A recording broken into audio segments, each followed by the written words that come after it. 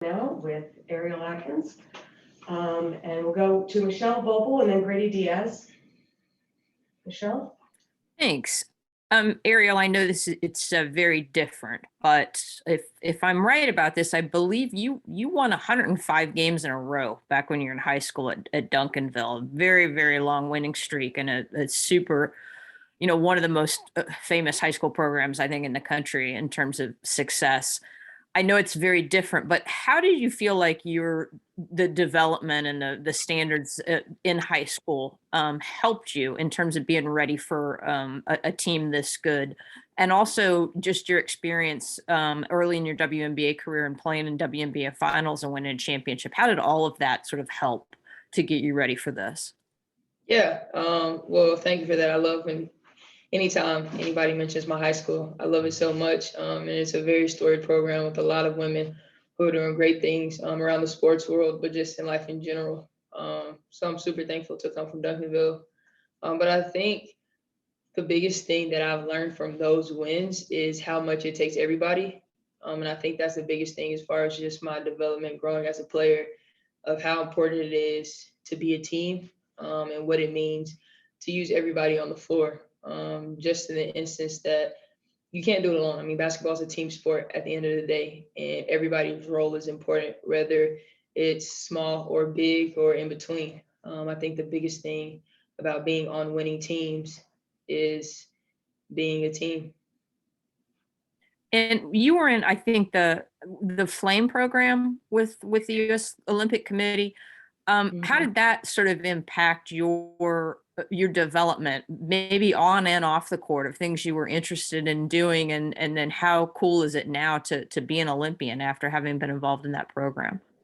Yeah, I mean, that situation was very cool just because we actually got part of the summer off from training in college, and you guys know how rare that is, to get part of your college summer off, just to kind of go after things that you want to pursue. So I was thankful for Coach Aston, who gave me the opportunity to take the summer off. And then one of my professors actually brought the Flame program to me, Dr. Leonard Moore. And he was just like, just go give it a try, see if it's something that you like. And a lot of it was understanding kind of the business side of the sports world. And that was fun because it helped me kind of choose what I wanted to do as far as my major at UT.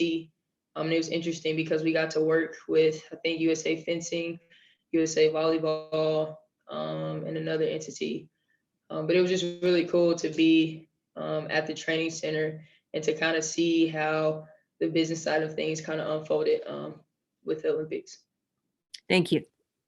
Mm-hmm. Grady Diaz? Hey, Ariel. So, you're a first-time Olympian. Number one, how are you feeling and how are you adjusting to Tokyo? Yeah. Hey, Grady. I am very, very tired. I have not adjusted to the time yet. I'm trying. It's hard. So I'm glad we got here a little early, so that I can figure out when to sleep and when to be awake. But it's been fun. I've really enjoyed the process of trying to figure out what I can bring to this team, what we're going to look like, and as well as just how I'm going to be able to operate outside of the game and learn what my body needs in order to function. Have you thought about what it's going to be like that moment you take the court against Nigeria next Tuesday? I have not. I'm really just trying to live in the moment and take things as they come. I'm not trying to think too far ahead and not get in my own head and not overthink. I just really want to appreciate every moment for the way that it is and however it comes. I love that. And my last question is, have you learned anything about yourself throughout this entire Olympic journey for you? Yeah, I think I'm a lot more, I have to give myself credit for being a lot more adjustable than I thought I am.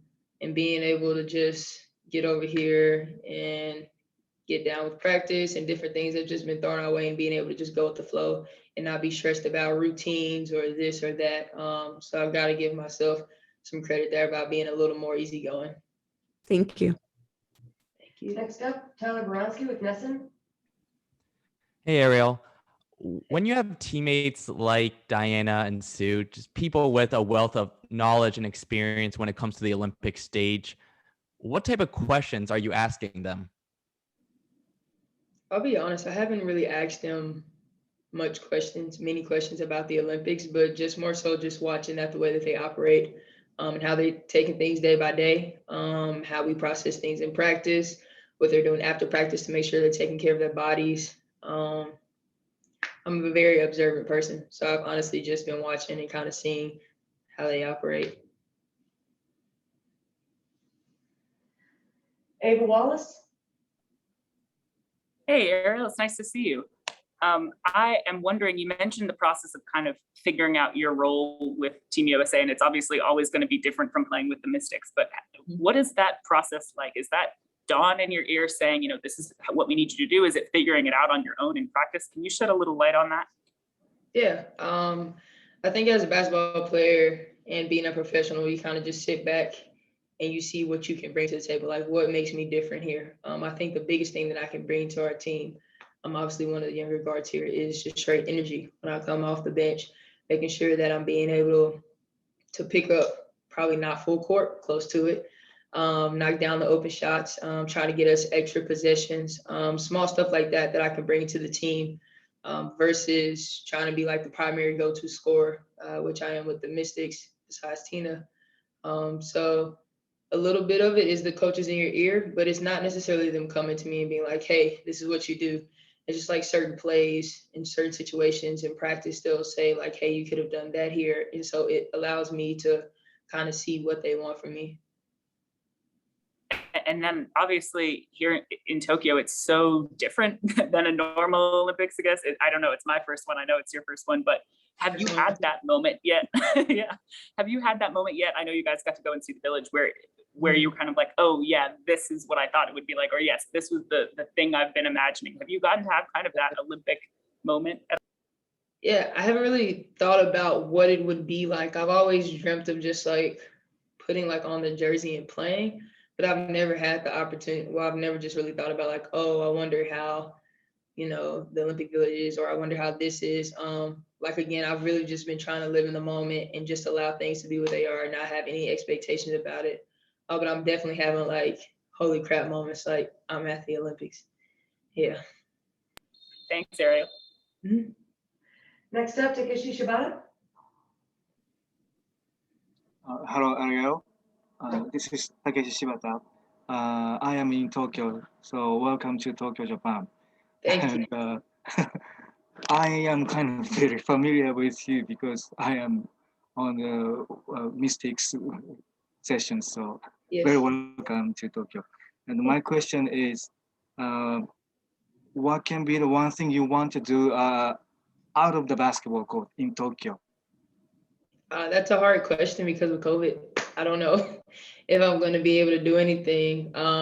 But I would like to just go to a park. One thing I noticed when we were flying into Tokyo is just how beautifully green it was. So that would be nice. I doubt I get to do it, but it would be nice. Well, I think Asia was talking about tea and the podcast with Nafisa. So that I think that kind of activity is very nice in Tokyo. You can stay in the room and you can still enjoy something. So, Yes, this, what about you? Any ideas like that? No. yeah, I like to read a little bit. I'm trying to get into fiction. So I've been reading, but also just sitting, chilling, listening to music or sleeping. I've been sleeping a lot too. Mhm. Okay. Thank you so much. Enjoy Thank- as much as you can. Thank you. And we'll close out today with Wilson Tarka. Hey Ariel, how you doing? I'm doing all right. How are you? I'm good, I'm good. I know we talked to you a lot before you left about what this means, what it means for your family, but I had just an on-the-court question for you. We already know what the strength of this team is. You guys have some very great post players. You've had the luxury in your WNBA career playing with some talented post players as well. As you're getting adjusted, has that made some of that a little bit easier for you? I would like to think so. Anytime you've got great players, like you said, I've been able to play with Elena and specifically this season, being able to play with Tina, it's been helpful just because we kind of already are figuring out our rhythm together. So it's been fun. And again, it's always fun to play with people that you've been playing against for a really long time. Appreciate it. Thank you. All right, thank you very much, everyone. Thank you, Ariel. Thank you.